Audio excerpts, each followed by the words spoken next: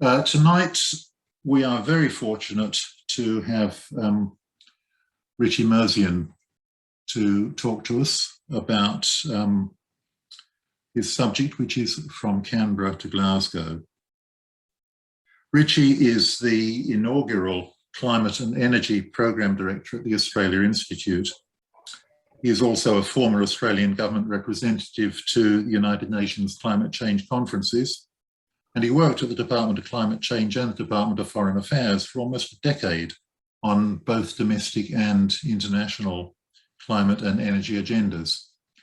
I would say Richie would be one of the most well-equipped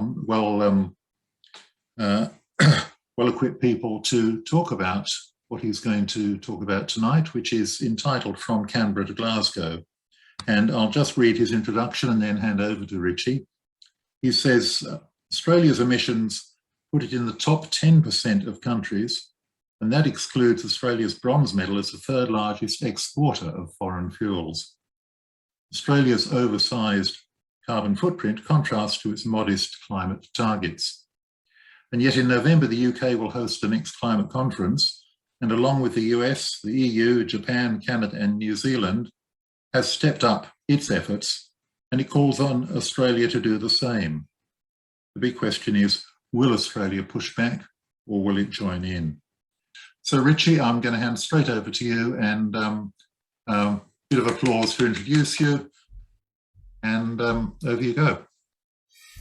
Thank you, Dom. No, I think congratulations to your group. You couldn't have timed this event to be more well aligned with the news cycle, given the Prime Minister is still tossing up whether he will go himself and what plan he will take to Glasgow.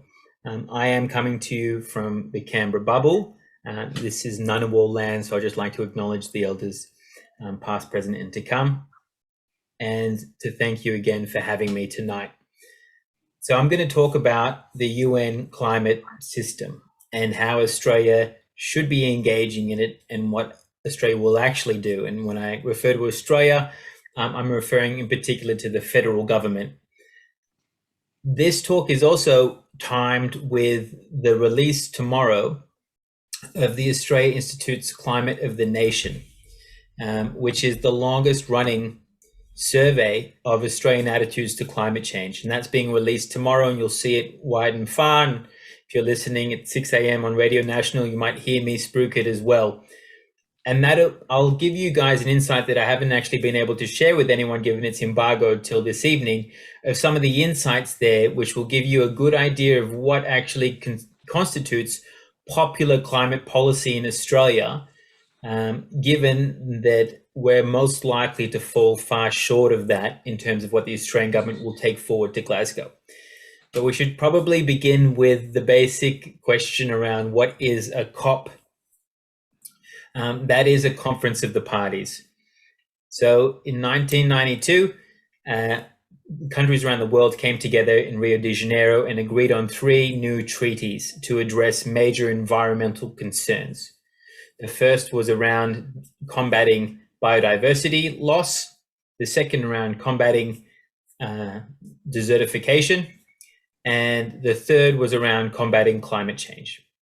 And every year the parties, or the countries that are party to these conventions, meet and decide on the additional rules and regulations required to implement and breathe life into these conventions. So at the end of this year, in 3 weeks from now, we'll be having the 26th Conference of the Parties to the UN Convention on Climate Change. I'm just conscious, am I zoomed in or am I a small square for most people on the call? I'm big? Yeah, good, great. Just double checking, always good to double check these things. So in a couple of weeks, we will have the 26th iteration of the Conference of the Parties, or COP26, which the UK government will host in Glasgow. Now, every year these meetings happen and they change location, but this one in particular is more important than most. It will mark the 5-year anniversary since the Paris Agreement. Now, yes, 5 years was last year, but much like the Olympics, it's been pushed a year. And the reason why it marks a particularly important occasion is because countries will take stock and see if they are on track to avoid dangerous climate change. And the spoiler is they are not. Right now, we are on track to hit at least 1.5 degrees of global warming. Now that's a problem. That was supposed to be the limit that we set in the Paris Agreement in 2015.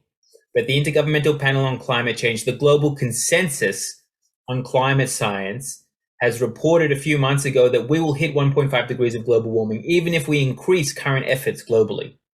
Now that's a major problem. The solution is that everyone has to do more. Every country has to do more. And that has to be immediately. And so the focus of COP26 is around increasing your short-term action, what is called your nationally determined contribution. That is the effort that you are undertaking between now and 2030. That is what is actually being asked of all countries. And many countries are responding.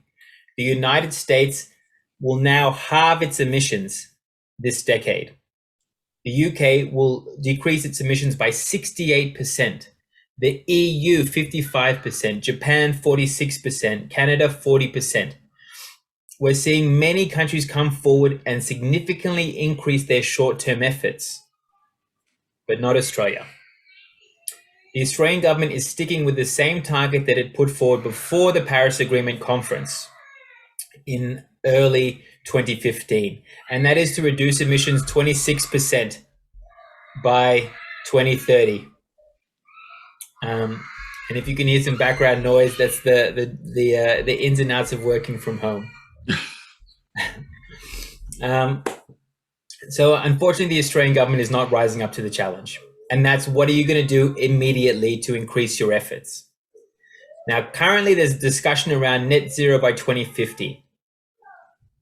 Now, yes, it is good to set a long-term target to decarbonize the Australian economy.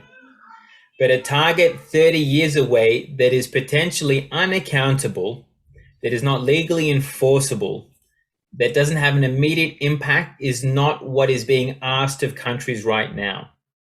And what's worse is that alongside net zero by 2050, the Australian government is currently considering expanding its fossil fuel production. Now, Dom in his introduction mentioned Australia is in the top 10% of emitters globally. So when you hear countries say, oh, Australia is not a major emitter, yes, it is. It's in the top 10%. There are 200 countries in the world. Australia is in the top 10% of emitters. But when it comes to supplying greenhouse gas emissions through Australia's coal and gas that it exports, then that carbon footprint is a lot larger. So Australia is in a position to do a lot more, and Australia should be doing a lot more. But unfortunately, we're focused on net zero by 2050 instead of what the short-term impact is. And at the same time, the government is looking at expanding fossil fuels. And you can't have your cake and eat it too.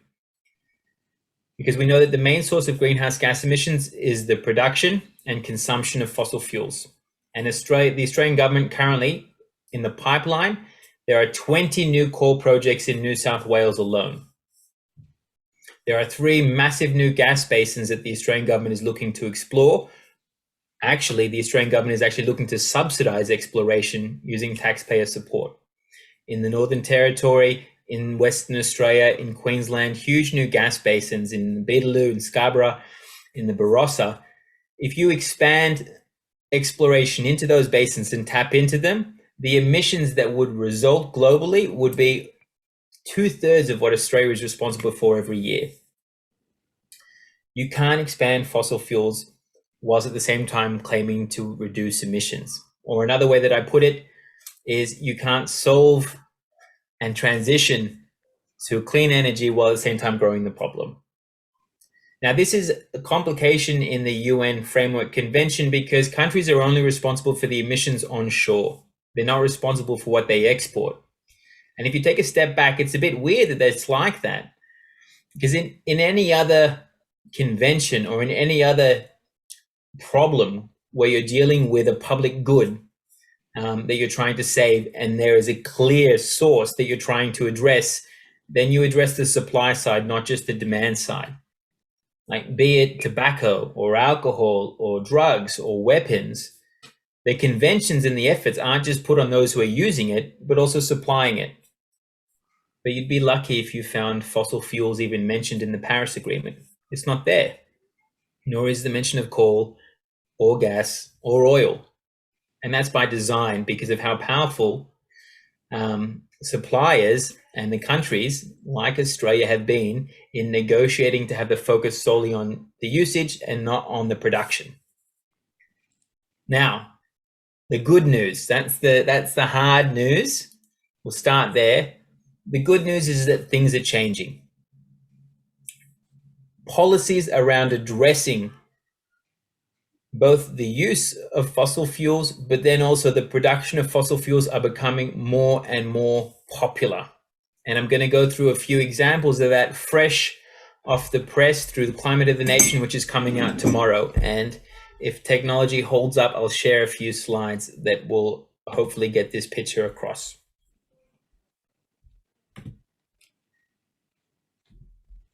So let's see.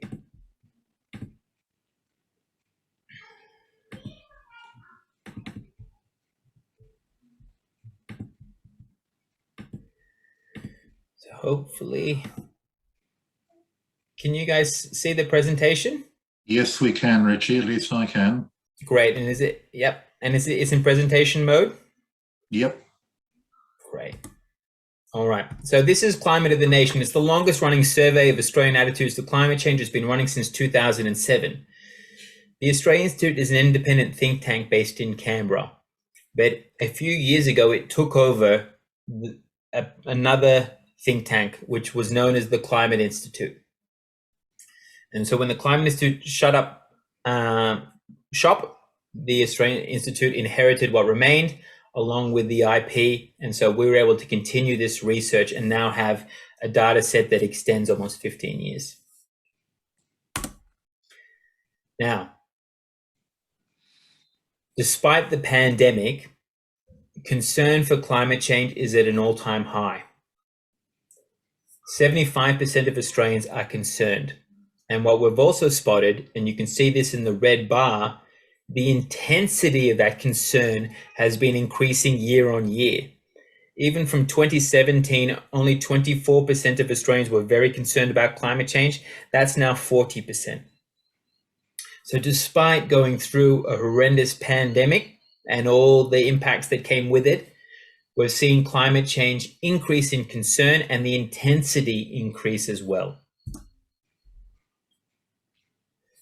Alongside that, we've also seen, and this is a trend line since 2012, that people believe that climate change is actually occurring. This is not a concern for the future. This is a concern for now.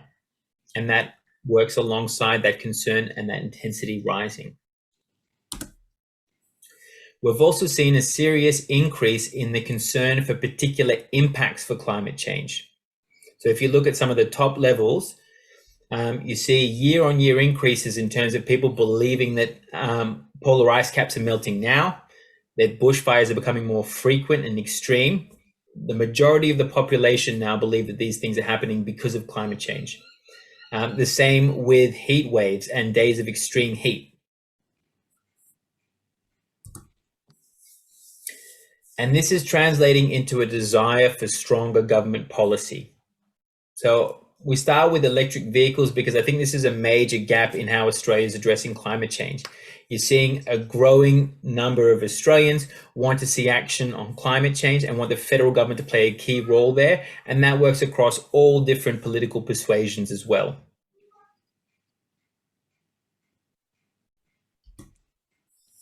These are specific policies which we don't need to go into, but the point is whether it's the government actually manufacturing EV parts, whether it's funding charging stations, whether it's electrifying buses or putting in new tax reforms to incentivize EVs and lower the price, you're seeing the majority of Australians, anywhere from 2/3 up to 3/4, supporting government policy. This is important because the government doesn't have an electric vehicle policy at the federal level. And Australia is actually low on the uptake of electric vehicles. And manufacturers aren't sending their most affordable electric vehicles to Australia. which is a major problem because those who would benefit most from electric vehicles, because they're lower to fuel, they're cheaper to fuel, they're cheaper to maintain, are currently being locked out because we're not getting the most affordable models here because the incentives aren't here, the demand isn't here. But there's the appetite and the policies are popular. The same can be said as well around the willingness to electrify your homes, to get off gas. 33% of Australia's national emissions come down to how you get your electricity, how you use your car, and how you basically power your stove and your heating and your hot water. And so a major opportunity is getting people to electrify their homes and getting off gas. And what we found for the first time asking about this is that about 7 in 10 Australians are happy to switch over from their gas stoves to electric, or their gas hot water, or their gas home heating. But within that, about a third of those want to see incentives to help make that happen. But the appetite is there. Now, here's where it really gets interesting. It's around the broader policies around fossil-fueled electricity. 82% of Australians, and we're going to get to this, want to see coal power phased out in Australia. And it's just a question of how quickly, really, is where you start seeing a bit of difference in terms of how quickly that evolution happens. But 40% want to see it in the next 10 years.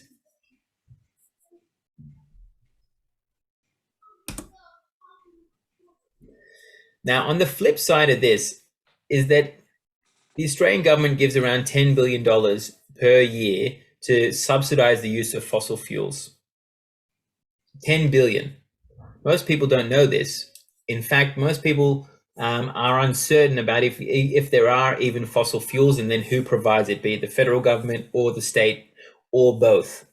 So when we ask people for the first time, are they subsidized and where are they subsidized, only about 37% of people knew that there were fossil fuel subsidies both at the state and federal level.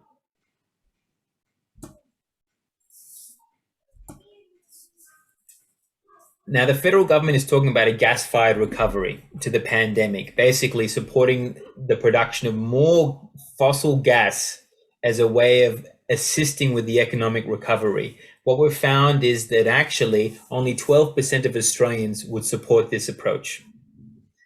Compared to last year, 59% of Australians wanted to see that recovery powered by investments in renewables. It's increased to 63%. So we're seeing a growing desire to see investment in renewables power our economic recovery and be a source of government stimulus, not fossil fuels. Now, all of this is just to show you the potential that's available to the federal government if it did want to take policies forward that advanced climate action that were also popular. Now, a major problem, the reason why a lot of this doesn't translate at the ballot box, the reason why we show that climate is a major concern, that these policies are popular, but then we don't see that manifest in electing parties with very clear, strong climate policies, is because there's also a lot of misinformation. And this is, I think, a great example of this. When you ask people how many people actually work in the coal industry, the majority of Australians believed that coal mining employment was around 10% of the workforce. So that's over 1 million Australians working in coal mining, when it's actually 0.4% of the workforce, more like 40,000. It's even worse when it comes to the gas sector, is that Australians believe that it's, again, close to 10%. They get it wrong by a factor of 46 times off the mark, when it really, the actual workforce is only 0.2%. So the actual workforce is more like 25,000, but people believe it's over 1 million. Same with coal mining. There's only 40,000 people directly employed in coal mining in Australia. People believe it's over 1 million. The same can be said about the revenue from the industry as well, massively off the mark. There's so much misinformation that we actually asked people for the first time, do you believe that there's too much in terms of conflicting opinions around climate and what to do about climate change? 48% of Australians agreed. But there are additional authorities that are coming into the picture that's strengthening the hand of the ability to move forward. And here's a really good example. The International Energy Agency, which is a relatively conservative international body that provides advice around the trends in energy. They came out with a pathway this year that said if you want to avoid dangerous climate change and get to net zero by 2050, then actually there's no room for any new coal, oil, or gas projects at all going forward. And when we put that to the Australian public, 60% came back and said, yes, we should adopt the IEA pathway. We should stop new coal, oil, and gas projects going forward. Now, this is a major shift. Even though there is this misinformation that has dragged down the Australian climate debate and the Australian climate policy evolution, we're seeing additional voices and additional sources come through. And this is a good sign for where we can go in terms of bringing more policies to the fore. The additional part, in addition to being concerned with more impacts on climate change, we're also seeing a greater appetite for who should pay for these impacts. And when we asked people who should pay for climate impacts, the disaster bill, then we saw the majority of Australians, 51%, come forward and say, well, fossil fuel producers are the ones who should pay for these impacts because they're most responsible. And in Australia, they get to pollute pretty much for free. So we're seeing a growing desire to see fossil fuel producers pay. And it's interesting, just in the news today, you saw the National Farmers Federation come forward and suggest that maybe they should be compensated because most of Australia's emissions reductions for the last 30 years have come from the land sector. And that's been because the fossil fuel sector have just been growing bigger and bigger, and the emissions have been getting bigger and bigger from their sectors. Well, now we're seeing a lot more interest in actually making sure the polluters pay. And specifically, we asked about whether there'd be support for a levy on fossil fuel exports. And again, 3 out of 5 Australians said that, yes, we should put a levy on fossil fuel exports and that money be used to pay for climate disasters. So this is just to give you an example of all the policies that are available to the federal government to actually take forward legitimate and credible climate action. Specifically asking, should Australia set targets in line with limiting global warming to 1.5 to 2 degrees and achieve net zero emissions? Then you saw 69% of Australians support that position. So my guess is that the Australian government will soon come forward with a net zero by 2050 position. That will come forward. It's popular, but also if it doesn't have integrity, then it's easy to make. And this is the real concern. I think I'm close to the end here. Yeah, and then similarly, we're also seeing strong support to increase that short-term action as well, with just over half supporting that 53%. So I'll stop it at this point.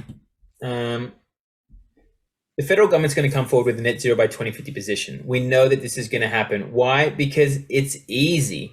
As much as there's a big hoo-ha debate in Australia about, oh, will the Nationals come forward or not, or how is that deal going to come forward? It is easy. At the end of the day, it's easy because it's a target for 30 years from now. And unless you legislate it like Zali Steggall is currently putting forward in her bill, which she'll introduce to Parliament again on the 18th of October, unless you legislate it, unless you have short-term targets, unless you hold yourself accountable to it, and unless you stop opening up new fossil fuel production, then it's a very easy thing to make. And that's what we need to be careful of. Because in addition to the federal government trying to reposition itself as being a decent climate credible country, they're also going to enlist the support of their favorite cheerleaders. And I don't know if you guys spotted it here, but it's all here in green and gold.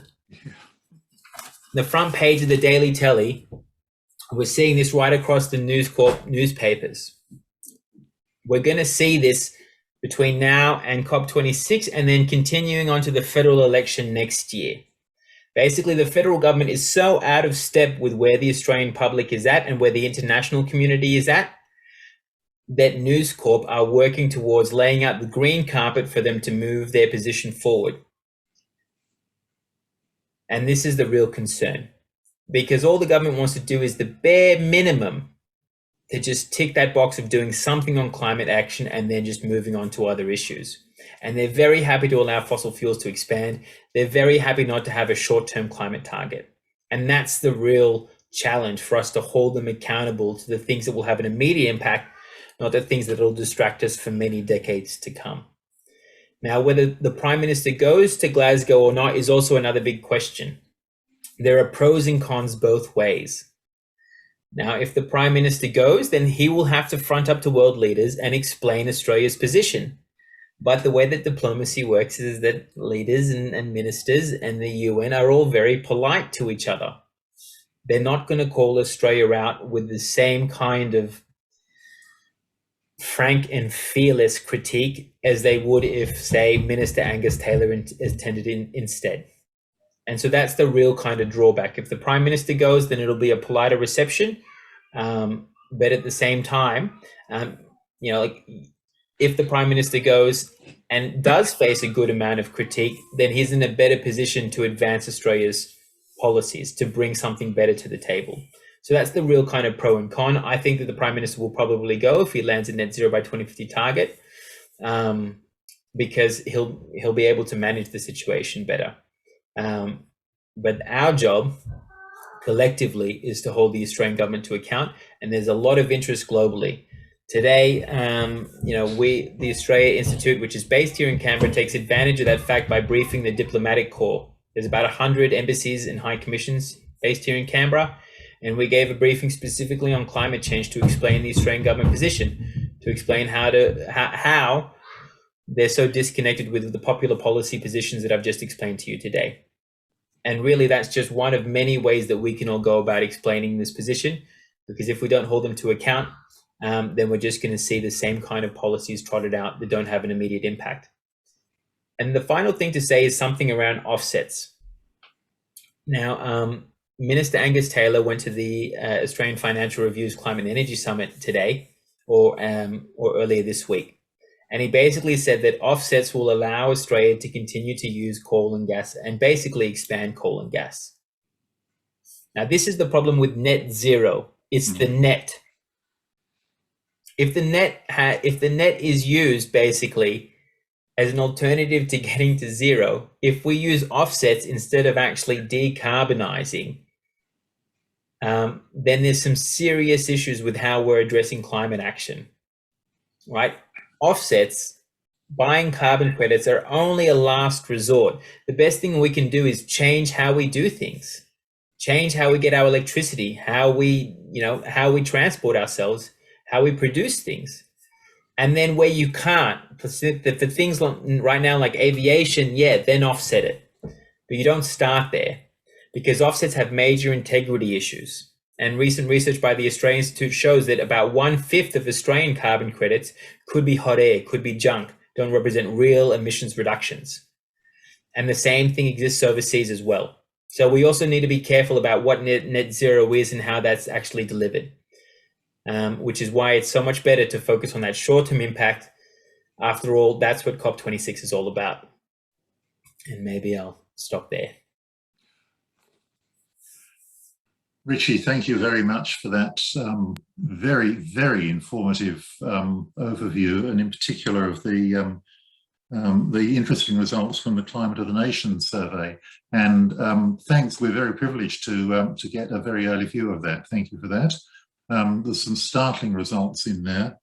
I noticed I'm going to make a couple of quick comments on that. One of the things that interested me, though, is probably not the most important thing, is that whereas we saw over the years a trend of more and more people becoming more and more concerned about climate change, at the other end of the graph, the people who aren't concerned at all stayed almost exactly steady. It was 8% or 7%. That number hasn't gone down.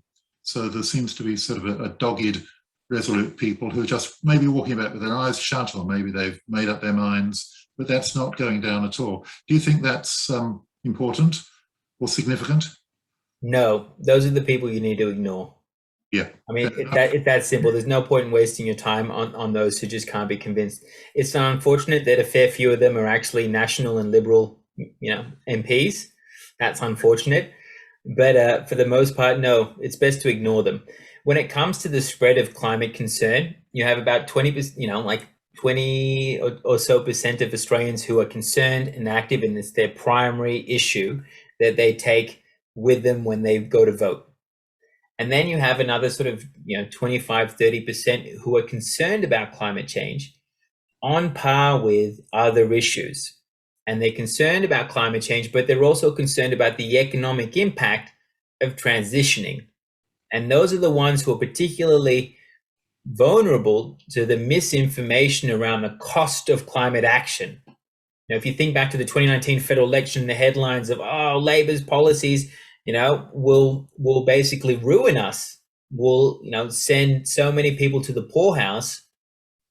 That's who they're targeting. People concerned about climate, but concerned about the impact, and are therefore interested in a reasonable or balanced approach because of that misinformation.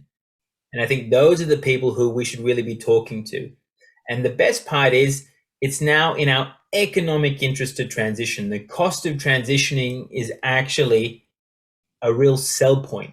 So for example, electrifying your home, electrifying your vehicle, doing so will save you about $5,000 per year by 2030 because of how efficient it is and how cheap it is to actually fuel electric vehicles, to maintain them, but also the cost of electricity, especially if you put panels on your house versus using gas. I mean, here's the irony. Gas production in Australia on the East Coast tripled. We are digging up 3 times as much gas in Australia, fossil gas, and yet prices have gone up. They've gone up. I mean, you don't need to be an economics student to question that. And that's because most of it is exported. Australia's been exposed to the international market, built these huge terminals. More gas is used to liquefy the gas and ship it out than is used in the entire rest of our manufacturing industry. The gas industry is the largest user of gas, and they use it so that they can turn the gas into a state that they can then ship it to the rest of the world so that we could become the largest exporter of liquefied natural gas. And then Australia doesn't even make that much money from it. And when I say Australia, I mean the Australian government. And here's an example for you. Australia exports about the same amount of liquefied natural gas as Qatar, the small country of about 300,000 people in the Gulf. It exports the same volume. The Australian government earns about $1 billion through its taxation of gas through the petroleum resources rent tax. Qatar makes 26 billion, same volume. So really, you have to question how well the fossil fuel industry have manipulated both the taxation system, but also the climate debate to really come out on top. And I think for the first time, we're seeing the economics change. Even News Corp was admitting that renewables are the cheapest way that you can make electricity right now. So we know that the economics are finally starting to shift, and hopefully that'll provide us with a new wind to make change. Richie, you mentioned the several questions coming up in the chat, and I'm just going to pursue this one a little longer, and then I'll take those questions. You mentioned News Corp, and you showed us their wonderful 16-page lift out, the green and gold thing. Gee, they have clever headline writers, if nothing else. Green and gold is smart. But I noticed just on a quick scan through that Alan Finkel is in there quoted as talking up gas as sort of the necessary bridging or the support or the smoother or whatever. And that's part of the whole softening the road and muddying the ground, if you like, that the News Limited thing is doing. But what's your comment on Finkel's support for gas?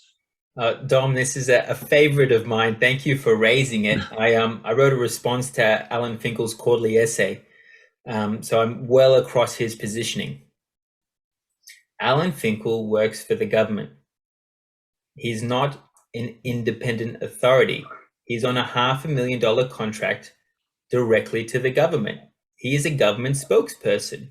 Yes, he's also a scientist, but he's not even doing his chief scientist role right now. His current role is to advocate for Australian government positions. And his positions are not in line with evidence-based urgent climate action. gas is not part of the solution, it's part of the problem. Gas is not a transition fuel, it's a fossil fuel. We can go straight from our current electricity system, which is still majority coal and gas for our electricity, and to switch directly to 100% clean energy this decade. And we can do so without any reliability issues. We can do so whilst bringing down the cost of electricity. And we can firm that up with clean energy as well. That's all possible. The technology exists. And this other desire that Finkel has of pushing hydrogen is something we need to be careful of. You can make hydrogen two ways. You can make it using renewable energy to electrolyze water, a zero emissions way of creating hydrogen, or you can use fossil fuels to create hydrogen, a process that is so dirty it will create more emissions than if you just burnt the coal and gas directly as an energy source. And the only way you could possibly market that as a climate solution is if you promise to bury those emissions underground, a process called carbon capture and storage. And carbon capture and storage is something that Finkel has been pushing as well. And it has been a colossal failure. There are about 28 carbon capture and storage projects around the world. The majority are used to enhance the recovery of oil and depleted oil wells, pumping carbon pollution down, pulling up more oil that if you burnt that oil would release more emissions than what you put in underground. That's the majority of carbon capture storage projects around the world. And the Australian government has committed, along with state governments, over $4 billion to carbon capture and storage in the last 20 years. And there isn't a single fully operational site in Australia. There is one site, it's the biggest CCS site. It's over in the northwest of WA, the Gorgon project, which is managed by Chevron, along with its minority partners, Shell and ExxonMobil. And it's been, well, let's put it like this. They promised in 2016 that they'd sequester emissions, and they didn't. In 2017, they promised and they didn't. In 2018, they promised and they didn't. In 2019, they got it working for a little bit and then it broke down. We don't think it's ever been fully operational. In the meantime, instead of burying emissions, it released those emissions. How much? 10 million tons. What's 10 million tons of CO2? Every single domestic flight in Australia for a year, pre-pandemic levels. So when you get carbon capture and storage wrong, as is often the case, it leads to massive emission increases. So why would you go down the path of creating a dirty hydrogen pathway with a technology that has failed over and over again? But you won't hear the Australian government say it because the Australian government has just changed the rules so that the Australian Renewable Energy Agency can now fund carbon capture and storage. And they've now created a system to give carbon credits to companies like Santos for using CCS. So this government is pushing technology, not taxes. That's this new 3-word slogan. What that means is they are finding different ways to give money to their mates in the fossil fuel industry instead of betting on technologies that we know work right now, like renewables, or going down the path of making zero emissions hydrogen. And Alan Finkel is the spokesperson who's pushing this. And that's his job, and that's what he's been hired to do. Right, thank you. So that's Finkel put back in his box, isn't it? I'll broaden out a little bit now, and there's a couple of where are we? Yeah, there's a couple of, somebody's commented, by the way, that Alexander Robertson has commented that Alan Finkel is a scientist, but in fact he's a neuroscientist by training and background, not a physicist or an engineer. But, you know, we could forgive him that if he got it right. I'm just scanning up and down, trying to find the one I was going to ask you next. Can you comment on the Business Council of Australia, who came out not so long ago with a position quite dramatically different from where they've been in the past? Yep, this is where I need to be polite, and because my gut reaction was not a polite one. The Business Council of Australia have seriously damaged Australia's ability to address climate change in a rational and sensible and timely manner. At the 2019 federal election and prior to that, the Business Council of Australia tweeted that a 45% emission reduction target would be economy wrecking. Now, as the Australian Institute, we knew that that wasn't true because we had analysed every single modelling exercise that had been commissioned by the Australian government or done externally. And none of them showed a significant impact to taking climate action along the lines that was suggested with a 45% emission reduction target. And so we challenged them and said, can you please provide evidence? And they couldn't. But they stuck to their guns because they didn't want Labor to win the election.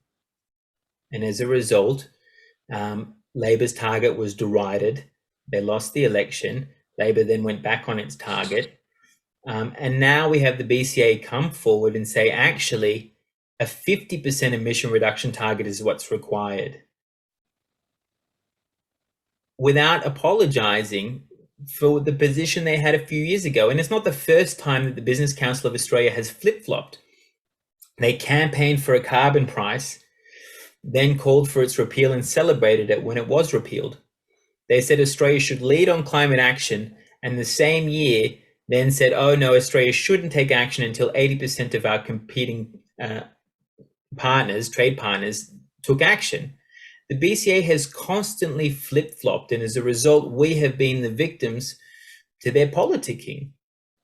And it's a shame, and it's shameful. They're supposed to be the lobby that represents the business interests, but they've played the role of the fossil fuel interests, who have been the major dominant voices for a long time.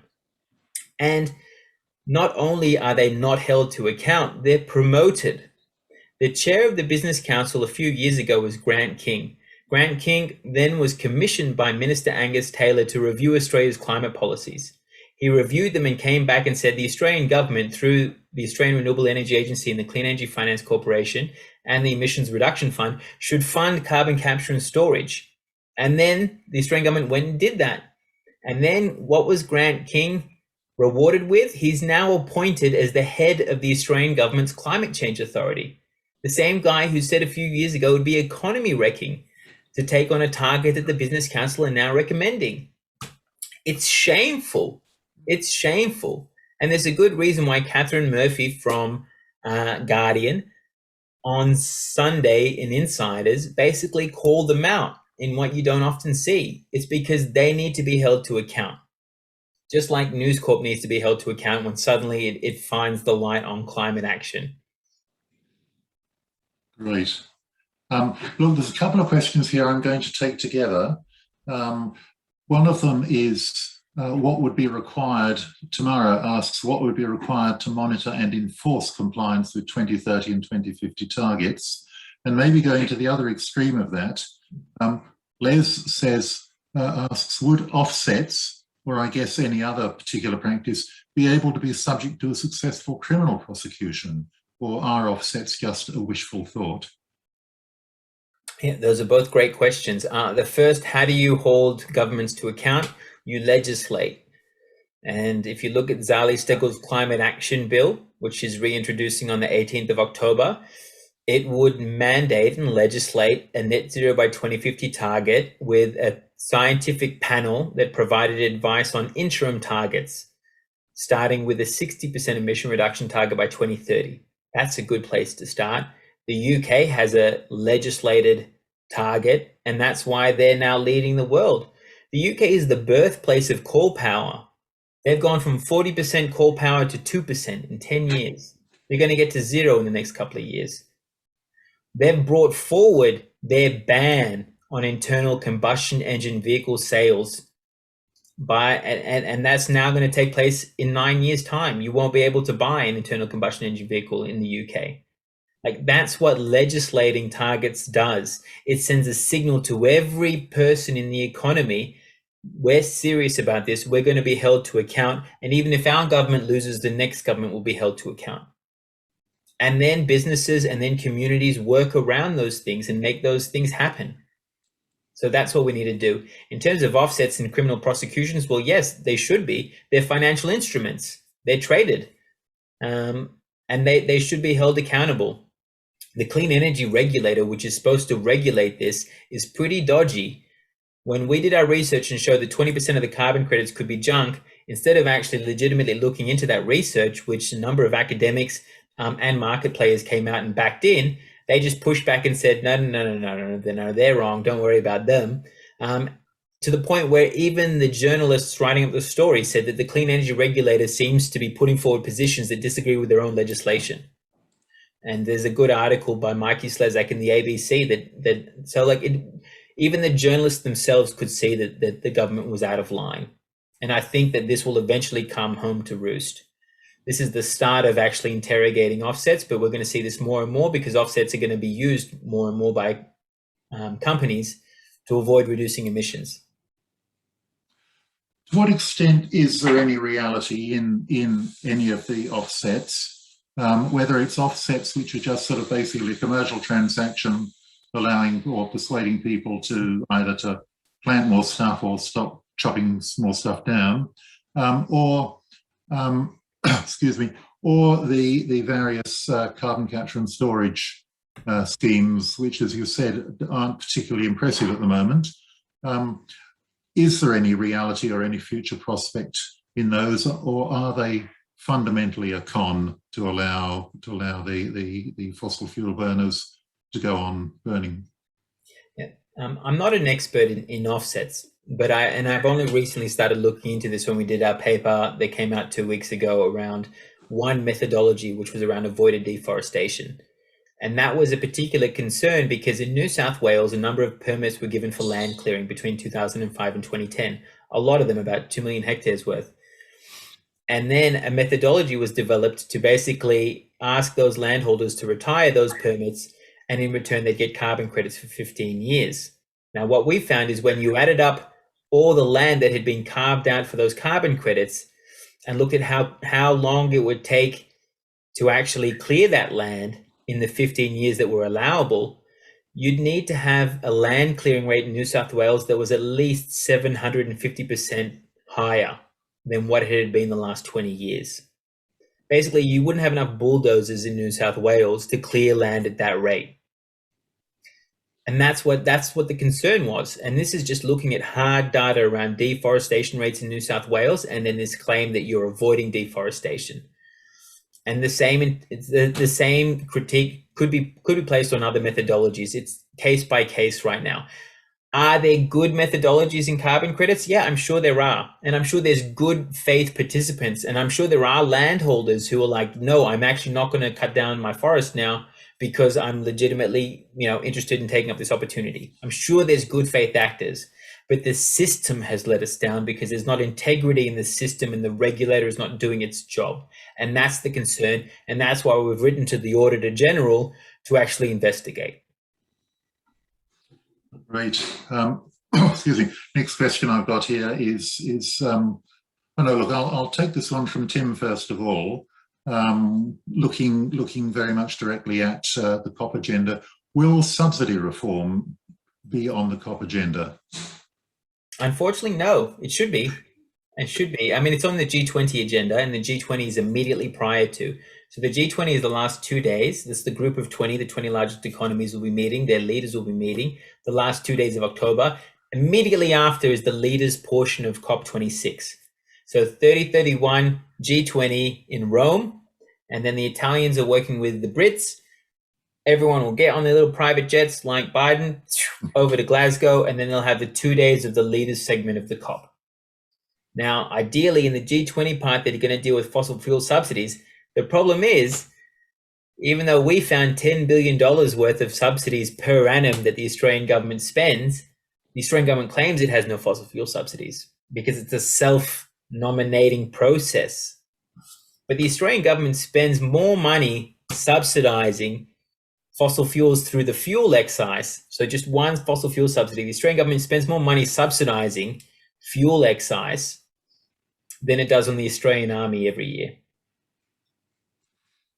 Right. Coming back to the local situation, and I'm trying to find the question so I can read it out.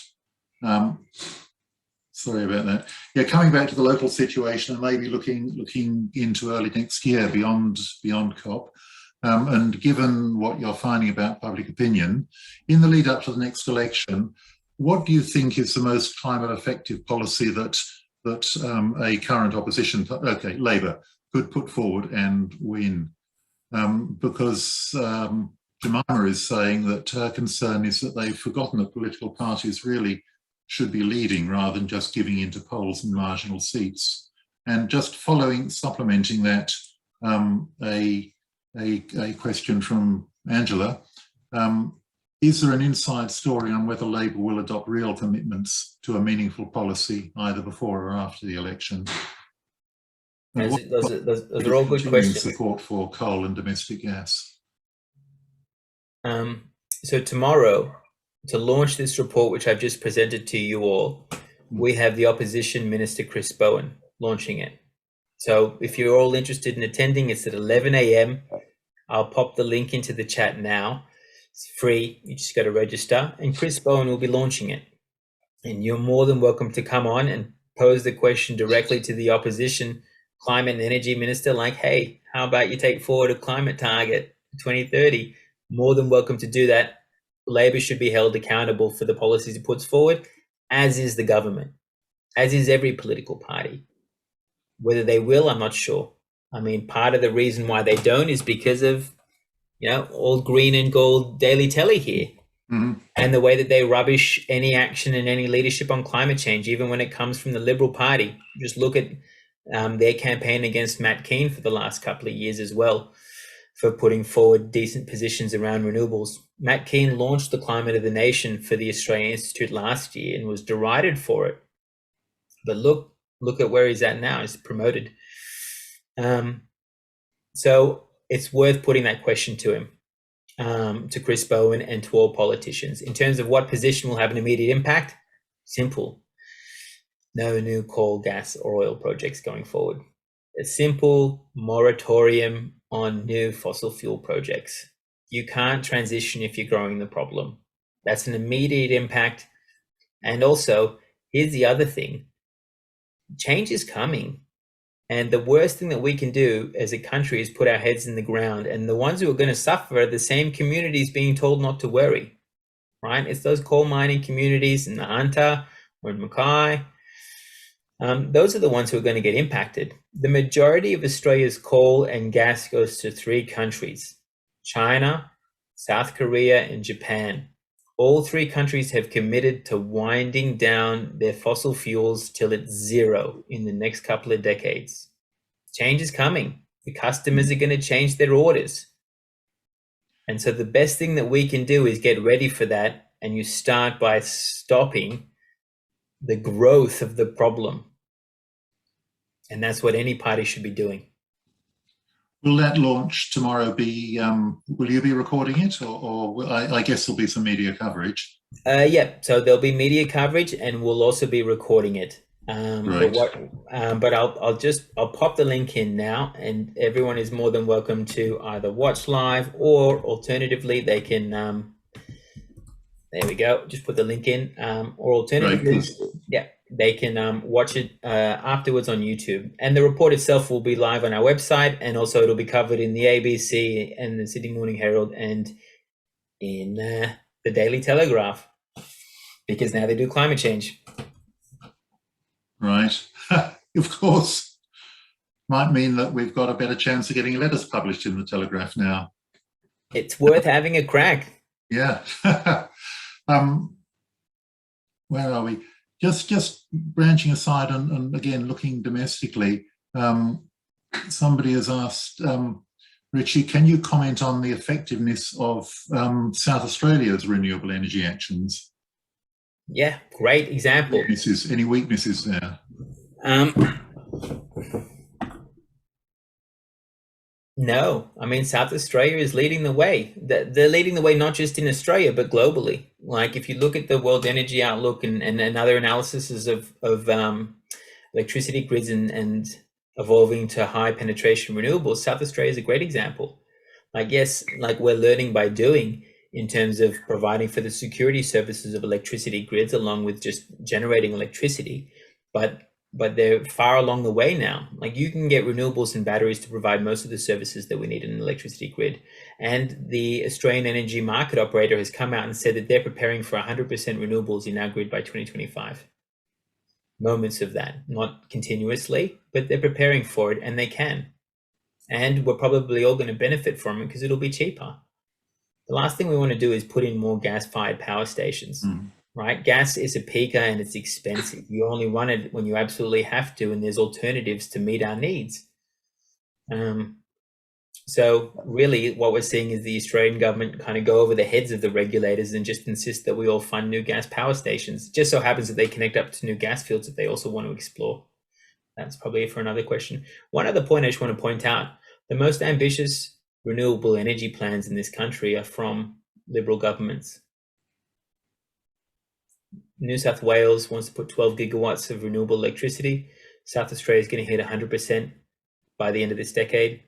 Tasmania is already at 100%. They want to go 200%. They're all Liberal governments.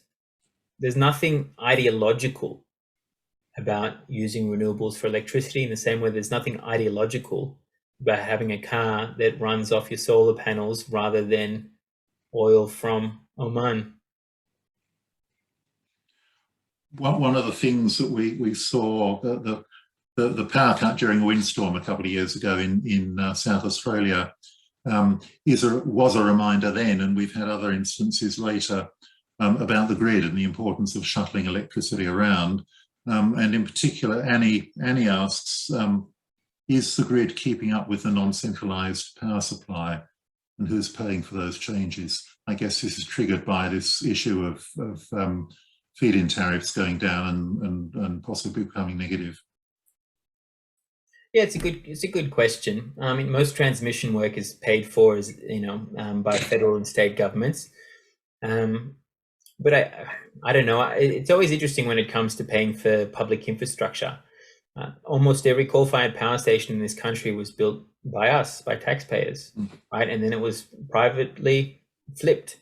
You know, like Gladys Berejiklian, when she was treasurer, sold a coal-fired power station in New South Wales for $1 million to a Liberal Party donor called Trevor St. Baker. And then a few years later, he revalued it for $750 million. And then is now asking for another handout to keep it open and running longer, which Angus Taylor wants to give him. Like, I just think we need to be careful when we ask about who's paying for everything, because we're a wealthy country and we should be paying for the things we want. And we've invested in public infrastructure before and we can do it again. But most of the renewables are being built by the private sector because it's affordable and people want it, and industry are buying it. It's providing cheaper power directly through direct contracts. So I think this will all unfold. Where it comes to feed-in tariffs and winding those down, I think it's different state by state. I'm not sure where things are at in New South Wales. But I know that they're looking at putting a congestion charge on solar panels, and I think that's shameful. It's kind of like, you know, making bicyclists pay for congestion while trucks drive down the road as they see fit. You know, it's like, why are you going after the small players when there's bigger operators that you could also be looking at? We're moving towards a distributed energy grid, right? We're moving from big energy sources to a variety of smaller ones, and that's good. That's a better way of doing it. It's more stable in the long run, and if there's a bit of public funding that needs to go in between, then so be it. Seems to me that the big failing here and in a lot of things is that you know, we're all sitting back and saying, look, the federal government lack of policy is irrelevant because business in the States and everybody else is going ahead, and you know, coal power stations are closing down anyway because there's no money in it, regardless of government policy. But it's proceeding in a shambolic way, and we're going to get interruptions. We are going to get shortages. We are going to get, as we see with this grid thing, the grid isn't really enabled to handle the amount of renewable that's coming in from small sources, the reverse flow. And it's basically due to a lack of government policy and government steering a direction, which is, I think, what this particular government is sort of physically incapable of conceiving. Jemima asks a question going back to Labor policy, and can I just throw in an aside? You say you've got Chris Bowen launching this tomorrow. pardon me for sounding a bit cynical, but I remember 10 years ago when 100% renewables first big paper on stationary energy, in which they had a plan to go to total renewable energy in 10 years. And I remember being in Sydney Town Hall when none other than Malcolm Turnbull was standing there at the microphone, waving and endorsing the booklet and the whole plan and so on. Well, that went well, didn't it? But the question from Jemima is, are you working at all with Labor for them to put up a better case for what they do for workers in the fossil fuel industry, which seems to be Labor's sticking point at the moment? Sure. I mean, at the last federal election, Labor took forward a transition plan and the creation of a Just Transition Authority to ensure that there would be a smooth transition. And I'm assuming that they'll probably do something similar. It's interesting because the Victorian Labor government have a transition authority. They don't call it that though. They call it the Latrobe Valley Authority. Because the whole purpose is the same, right? That after they saw Hazelwood close down dramatically when the French energy company just shut it down with 6 months' notice, they built this authority to start generating the opportunities, knowing that they would end up having to close down their brown coal power stations. These opportunities exist and the policies are clear, and the authorities, it can all be done. And in some places it is being done, and overseas is certainly a good case study as well.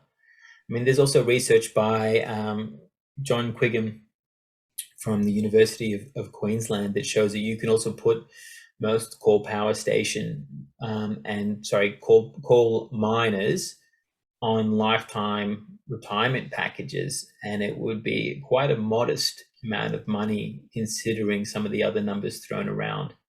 Like there actually aren't that many people in Australia employed in coal mining or in gas. I'll put it another way. There are more people employed in McDonald's in Australia than the entire coal and gas industry. That really sums up an awful lot of things, doesn't it, Richie? I think that's great. Look, I'm going to take that as possibly a note to finish on that says we are not entirely beholden to the coal and gas industry. And I'm going to, just before I say thank you and everything, I'm going to say, look, we do have another little thing that Angela's going to present to us or talk to us about in a minute, so don't switch off right away. But Richie, that's been a fascinating talk and fascinating responses to all the questions. Thank you so much for your time in that. I guess you'll be travelling fairly soon, won't you? Hopefully. I'm still negotiating the ins and outs with the family. Oh, good. Yep. And we hope you'll be allowed back in the country afterwards without too much difficulty. Thank you. Richie, let's just have I do like these mute sort of applauses. Thank you very much indeed.